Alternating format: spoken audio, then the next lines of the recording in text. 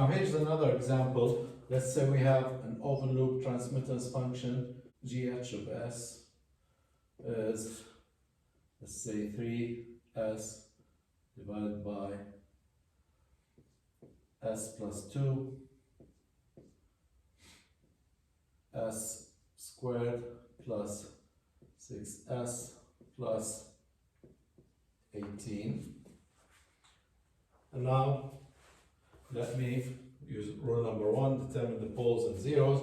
Obviously we have a 0, 3s equals 0, that means s equals 0, so we have a 0 at 0. And for poles P1, we have s plus 2 equals 0, so pole 1 is at -2. And here s squared plus 6s plus 18 equals 0. Solve for the two roots.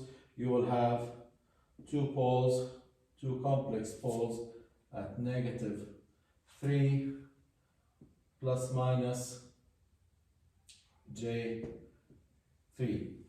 Now I have three poles, 1, 0, so definitely I have two zeros missing. So let me first draw the poles and zeros on the complex plane. Rule number 2, real axis segments, nothing, and then 1, 0, that's an odd number, so I will have a root locus until I reach the pole here, and beyond that the number becomes 2, even number, so nothing. Now, two extra poles, two missing zeros. This branch is obviously complete because it starts at this pole and goes all the way towards that 0. Now, let's locate the two missing zeros. The angle of asymptotes, phi, is 180 plus minus k, 360, divided by n minus m. The number of poles is 3, minus the number of zeros is 1. So that's 180 divided by 2, that's 90, plus minus k, 360 divided by 2, 180 degrees. So I will have for k equals 0, phi equals 0, 90, and for k equals 1, we have 90 plus 180 degrees or minus 180 degrees. That would be 270 degrees or minus 90 degrees. They're both the same angle. And I will stop here because I have only two missing zeros. So 1 0 would be straight up 90 degrees. The other 0 is straight down negative 90 degrees. And where do I draw these asymptotes? Center of asymptotes, sigma, is the sum of poles minus sum of zeros divided by number of poles minus number of zeros. Poles, we have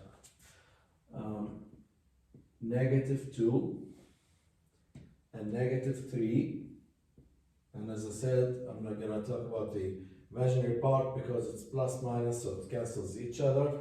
I have -3 twice because these are two poles, so -3, that's the sum of poles, minus the sum of zeros. The zeros are 1 0 and 0 divided by 3 minus 1. So that's -8 divided by 2, that's -4. So at -4 here, I will draw two asymptotes, one 90 degrees straight up, hopefully, and 90 degrees straight down, and the root locus branch that starts at pole number 2 will approach infinity parallel to this asymptote, continue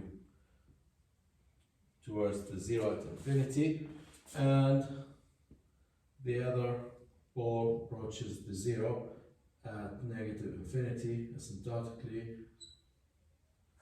in this direction. And now here we have a complete root locus, pole to 0, and pole to 0. 3 poles, 3 branches, third order, 3 branches. So the number of branches basically depends on the number of poles or the order of the characteristic equation or the denominator.